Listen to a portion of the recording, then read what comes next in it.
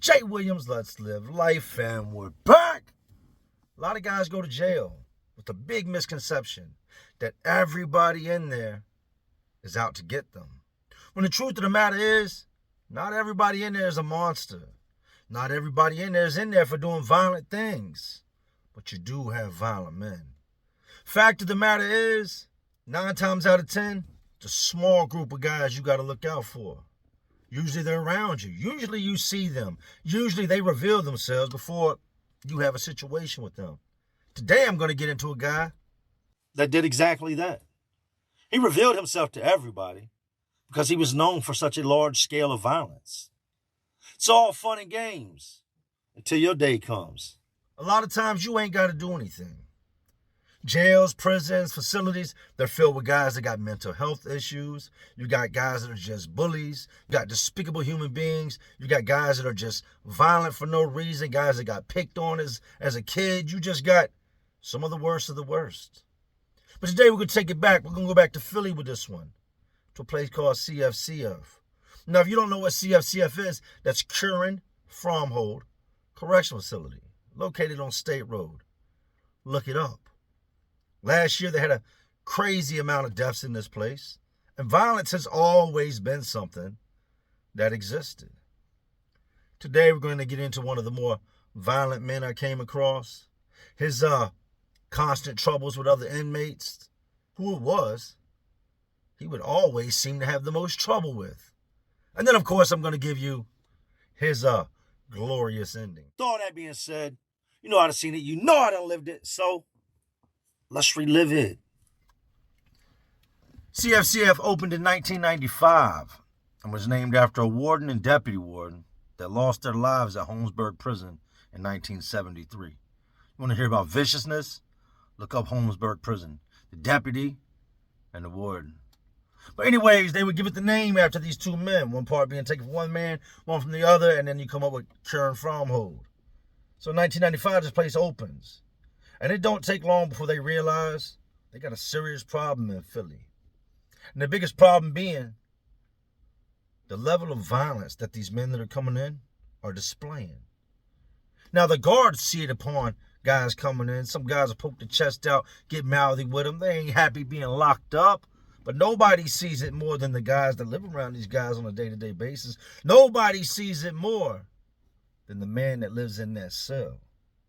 And that's where today's story begins. Now, I've been through a large majority of Philly's jails, from the districts to State Road, and never went up the way. Never went to Camp Hill, never went to Graterford, never did none of that. But I did the full State Road trip. I done did the district jails throughout Southwest and South Philly, and just wherever we was at, I'd get locked up, and I'd sit there a couple days, and then everybody knows how Philly, it's off the State Road you go. First time I went into CFCF, I was 19 years old. I left a place called 55th and Pine.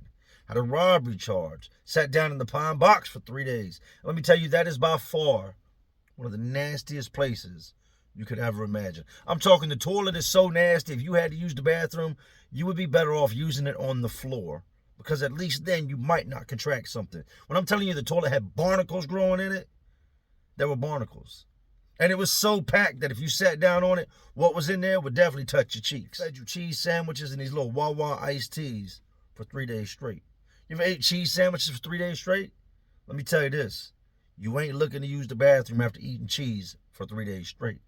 But by the time you get to CFCF, and you go through the whole process of from this cell to that cell to this cell, down in intake, and eventually you make it to the quarantine pod, and then from there you go over to your actual housing unit, you ain't in no rush to use the bathroom. It might take you 3-4 days before you finally get to that point.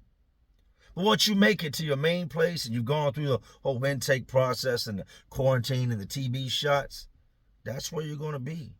It's where you're going to live until the outcome of your case or until you make bond.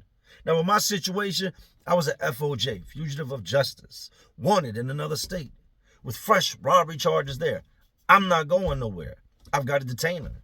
Detainer means even if I bond out in this state, they've got a hold on me, so paying bond would be idiotic. Now, I've done stories about my stays in Philly in the past. I just told y'all my first time getting locked up there and doing any real time was 1999. And that cycle would continue up until 2004, 2005 when I went away to prison. To be 100% legit with you, when I got out in 1999, same year I went in on a robbery charge, I pleaded out, got my time, and slid up out of there, I didn't even report to probation. I was supposed to report to probation that day or the following day. After being released, I bounced. Never even met my probation officer. They started calling my homeboy Brian's dad, and, hey, Jimmy, where's Jay at? I don't know. Came here, he was here for a few hours, grabbed his clothes, and he's gone. I dipped. I left Philly and went back to VA. And was subsequently arrested 3 days later on them same warrants that they were holding me on. Now, when I told you I had a detainer, they have a certain amount of time to come get me. They didn't come get me. So on the day of my release, they were just a few hours late, and I slid out the door, jumped on the SEPTA bus, and went home. But every time I would go back to Philly, I seemed to get locked up. Every time I went back to Philly, we got into something. The streets were just like that. You couldn't really walk down the streets at our age, and especially with the guys I knew, and not eventually run into something. You know how they say, here comes trouble? We were trouble. And one way or another, I'd always get locked up. Whether I be out on a strip, we get pulled over, I'm in a vehicle, I always had some type of warrants. So I've been back in, then out, in and out, in and out of state road facilities a bunch of different times. Now, in today's story, I tried to pinpoint a name and the exact year, but I couldn't. I couldn't distinguish if it was this year, and it was C13, was it C21? I couldn't pull it up. So we're just going to get into the story, man. Now, I've never been the bully type. I don't like bullies, don't condone bullying. And we'll just go back to what I first said. I don't like bullies. But you hit jail and you're going to see them guys everywhere you look. Now, it's not like every man in there is a bully. No, that's not the case.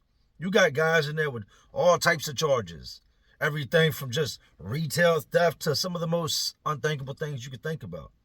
I dealt with bullies at times. I had to fight at times. I found myself in situations I didn't want to be in. Fighting fights I didn't want to fight. Caught up in the middle of stuff I didn't want to be caught up in the middle of. But I didn't have much say in the situation. It's either deal with it or get dealt with. So what are you going to do? You're either going to fight or get beat up. I'm not the curl up and get beat up type. I'm just not. But every time I would come in, I would try to fly below the radar, find a group of dudes to kick it with, and just mind mine. If I run around trying to save every man in there that's got a problem, well, then I'm going to have more problems than anybody. But in doing time there, I kind of knew how it went. I guess you could say I was a vet. I'd been in and out of these places more times than a few. Had more than a couple altercations. Had cellmates I got into it with, guys I lived in the multi-purpose room I got into it with, guys in the pod I got into it with. You're not really going to come through there and at some point not find yourself in some situation. And if you do somehow fly below the radar and not end up in these situations, you're going to see them. You cannot tell me you did any substantial amount of time on State Road and you didn't see violence. And then violence, and more violence, and more violence. The place is run by violence. Now, we're doing today's story, which you can call him Pork Chop. And at the end of the video, you'll understand why I decided to call him Pork Chop. I don't remember his name. I don't remember his nickname. I don't even know if I ever heard the dude's name. I'm sure I did. But you got to think, it's been a long time. 20 plus years have passed. But I can remember the situations. The first thing I can recall about this dude is me sitting out there with some other dudes, just kicking it. Just doing what we do. We're trying to pass time. And he comes out the shower snapping, screaming. Who took my soap dish? Now, your soap goes in this little plastic container. You don't want to just walk in the shower and just sit it down. It's nasty. You want to try to keep it germ-free, not mixed in with all the other stuff that's in the shower. There are some nasty things in that shower, but he comes out the shower barking, screaming, yelling, who took my soap dish? Ain't nobody about to take nothing from me.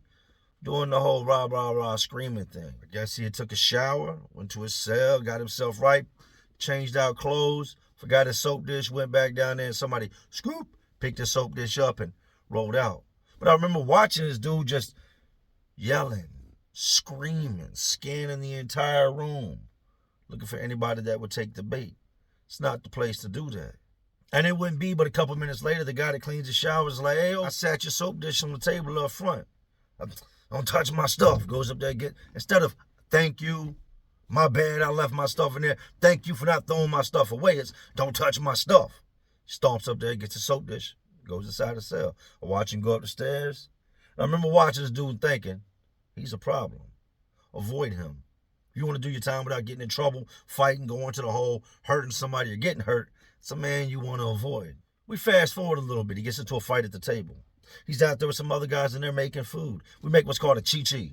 We take the Cheetos, the cheese puffs, and crush them up and put them with the soup and add some sausage and other little stuff. It's just called a chi-chi. To mess your stomach slam up. But they're out there making food. He goes to his cell, grabs a couple more items to mix into it. And when the food's all made, he's looking at it saying, this ain't enough food. This ain't everything I put in. I put in this amount of soups and this, and all I get is this little bowl. No, I need more than that. Like, he's more or less saying that he ain't happy with the portion he's getting. And then he goes into accusing guys of taking some of the food that he put in. How did they take it? You were right there. You helped them make it. But apparently to him, when he went to his cell to get this summer sausage or whatever he was going to get, some cheese, somebody pocketed some of the food and all of it didn't go in the bag, and that's why he's getting a smaller ration. So the one dude that's mixing the food up and they're mixing hot water, you ain't got no microwaves. We got what's called buck 90, 109 degree water. The guy that's mixing the food is, what you saying, man? Ain't nobody take your food, man. All the empty chip bags is right there. All the empty noodle bags is right there. Like, all the trash here accounts for the food that's in the bag. Continues to run his mouth. Dude ends up asking, what you trying to do then, man? You call me a thief? I'm calling somebody a thief. One of y'all stole food off the table. Somebody ain't put all the food in the bag. You the one mixing, I guess you the thief. Dude says, man, I'm tired of talking. I'm going to the cell. He goes to the cell. This dude goes over to the cell and they knock up. It ends, it's over with, and he's a big-sized dude. He comes out the cell, the other dude comes out the cell. Big dude's got marks on him. The dude he was fighting with's got marks on him. The end.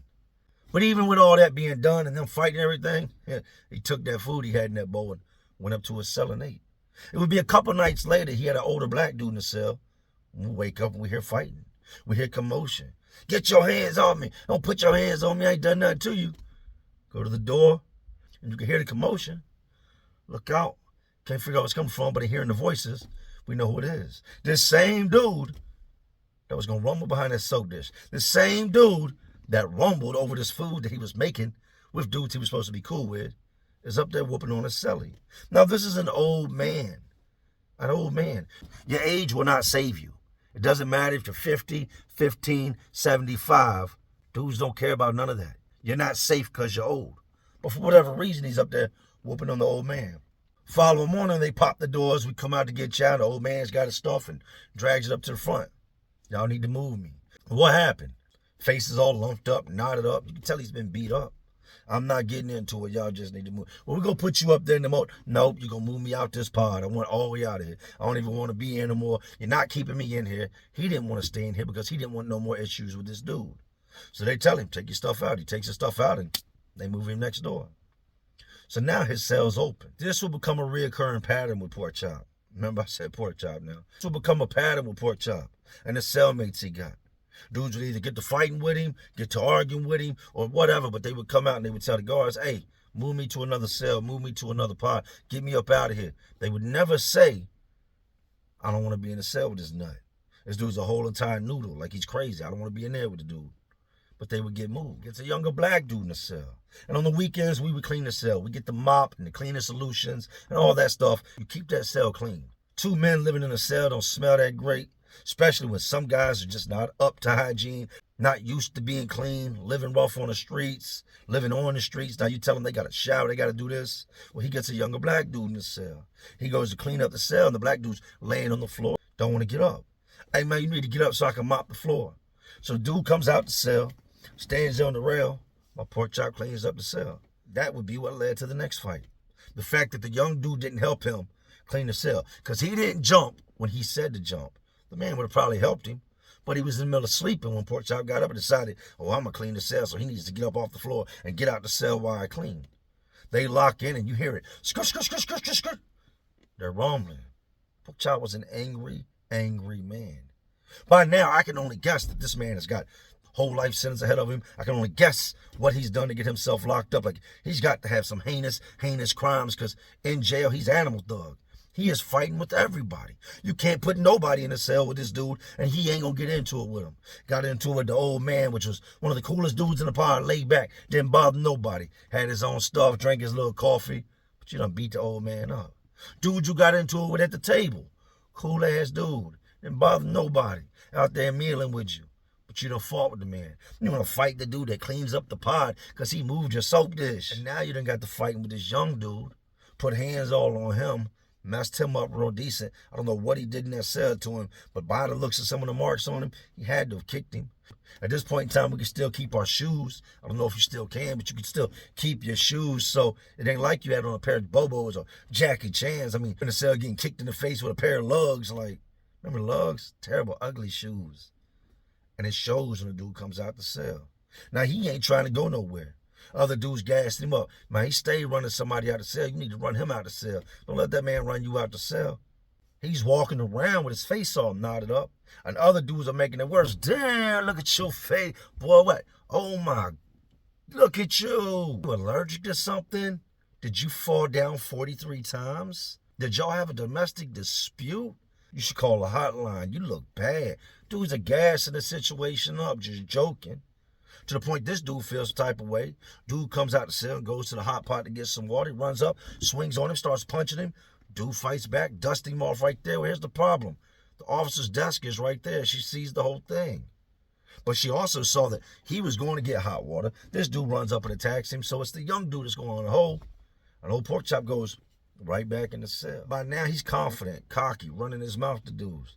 Undefeated in this bitch. Ain't nobody trying to see me. Y'all already know what I do with these. Anytime he get to argue with somebody, he want to bring up the past fights. And in reality, he hadn't really fought nobody that was looking to fight like that. Except for maybe the dude at the table where they was making food. After that situation, he would be in the cell by himself for a while. I'm talking a good week, week and a half, which is a long time to have a single cell status. That's a long time to be in the cell by yourself when people are coming into jail every day and they're constantly looking for a bed to put somebody with. But I guess the guards in there said, let him be, give him some space, give him some time. Nobody's really telling on him, but they're in there. They know what's going on.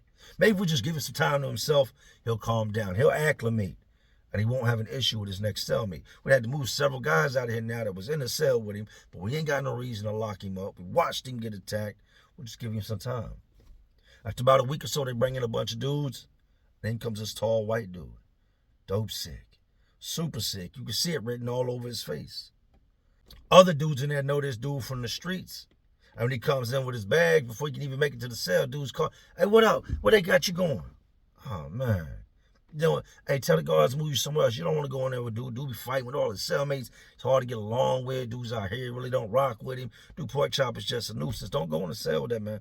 Man, I'm not feeling good, man. I really don't care about none of that coming down off that stuff that's out there in the streets. I just need to sleep, man. So he goes on up there, goes in the cell, and puts his stuff up, and goes to sleep. Comes out in the pod, talks to some dudes, talks to some of the dudes I know, lets them know he came in with a little bit of, and was all right going through the whole quarantine phase, coming through intake, but all that's ran out now. So he's sick. He's looking, hey, who can give me this? Who can give me that? I got trade. Ain't nobody trying to trade you no trays. Dudes just trying to send money home. Dudes got bills to pay. They need to re-up. Like, trays ain't doing it. Some guys will accept commissary, but not many. Most of them want that street to street, money to money. In the days to come, he will get sicker, but then like anything, it passes. You see the life start coming back into him. Now, him and Pork Chop don't really talk. They come out, Pork Chop goes and watch TV, dude goes in his own direction. You can see they're not vibing. They're not kicking it. He ain't trying to kick it with the dude. He ain't trying to talk to this dude. But in listening to this dude talk, finding out more from him, he's from Kensington. If you don't know what Kensington is, look it up. Dudes in here know him. Not only did he get high in the streets, but he also dibbled and dabbled. Was known to get his hands on things, make moves. He wasn't no punk. He was a street dude. Just like history's always shown with this dude, they get to rumbling. Now, we hear the whole thing take place. Middle of the day, he goes up, goes in the cell, Pork Chop's in there laying down, shuts the door. You hear some commotion, you hear some arguing, and they go straight to blows. Now, we're expecting it to be like everything we've seen before. We're expecting a tall white dude to come out, lumped up, dragging his bags out. Not what happened. After 2 or 3 minutes of fighting, now get this right, 2 or 3 minutes. That's a very long time to be fighting a man inside a cell. Say it ain't, you don't know what you talk about.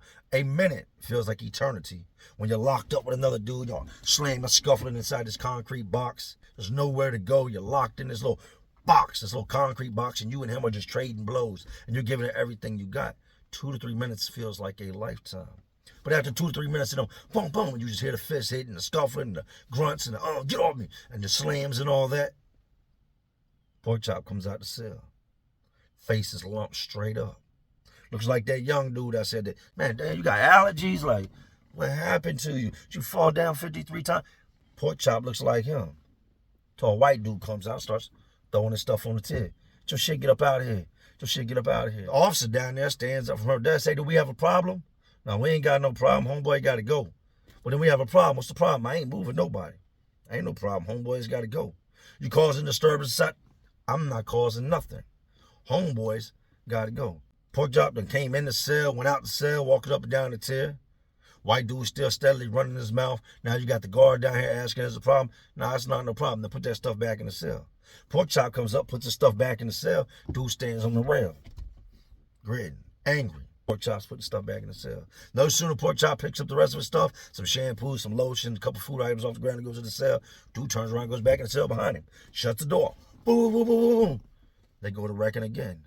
Now the officer calls for another officer. They come in, come running up the staircase. What's going on? What's going on? Ain't nothing going on. Pork Chop's face is all beat up. White dude's now got some marks on him. They remove both of them.